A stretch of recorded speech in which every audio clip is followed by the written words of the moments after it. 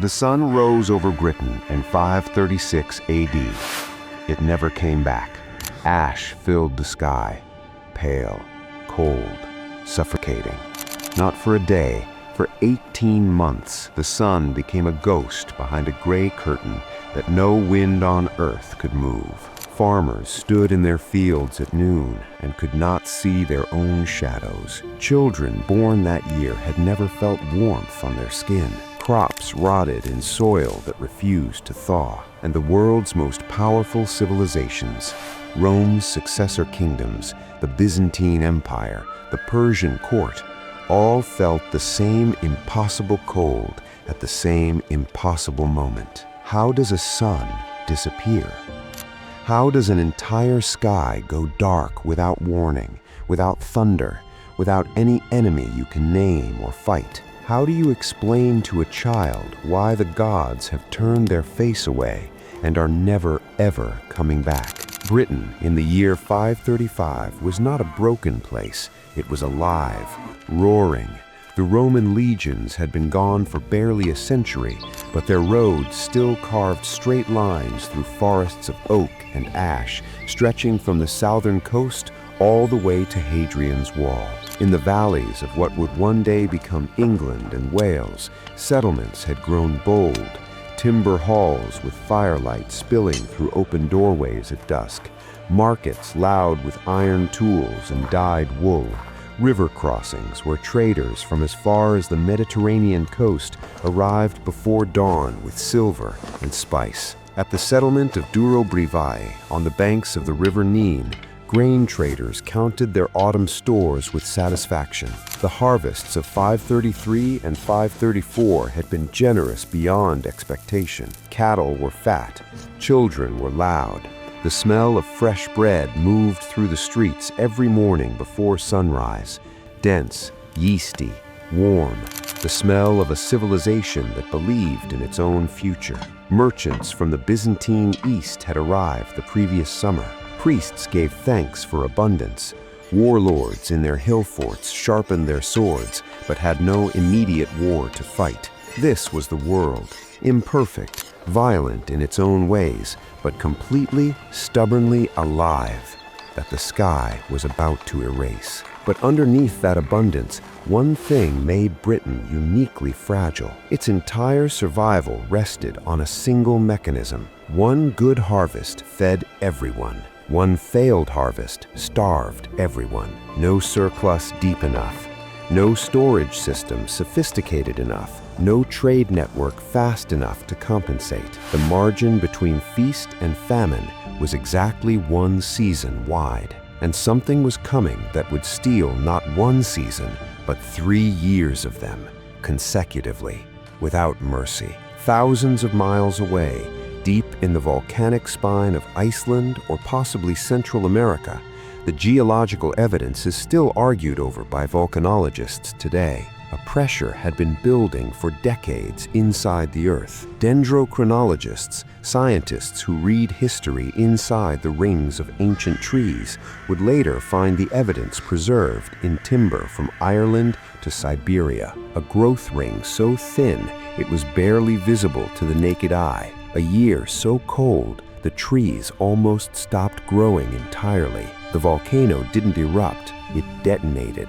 It sent enough sulfur dioxide and particulate ash into the upper stratosphere to form a veil, a planetary filter between the Northern Hemisphere and its sun that moved with the upper winds across every civilization simultaneously. It had no name, no warning, no herald. It had been waiting in the earth for longer than Britain had kept records. The Byzantine historian Procopius, writing from Constantinople in 536, recorded what the sky looked like with precise, terrified language. He described a sun that gave light without heat, like the moon but dimmer, a pale disk that cast no warmth, barely cast shadows, and sat behind a veil that no season lifted. He called it a portent. He was wrong. It wasn't a sign of disaster, it was the disaster. In Britain, the summer of 536 arrived without warmth. This was not language, not dramatic license. Temperature records reconstructed from ice cores drilled in Greenland and Antarctica show the Northern Hemisphere cooled by between 1.5 and 2.5 degrees Celsius in a single year. That number sounds manageable. It was not manageable. It was the difference between a harvest and a mass grave.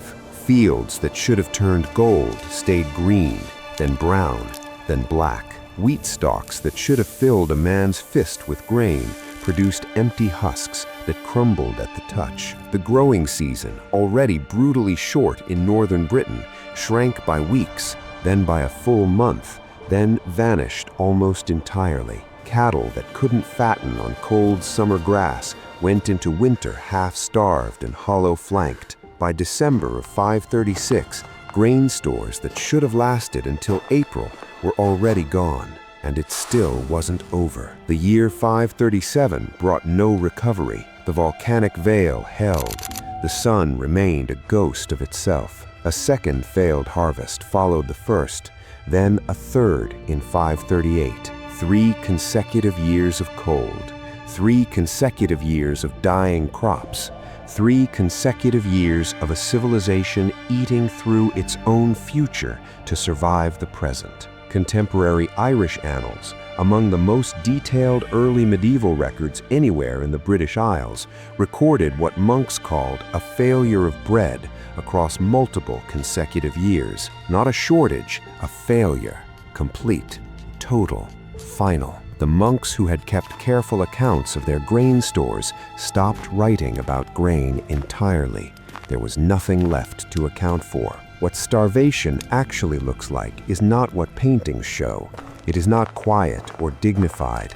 It is a father carrying a child who has stopped crying because crying requires energy the child no longer has. It is a woman boiling leather strips in river water and calling it a meal.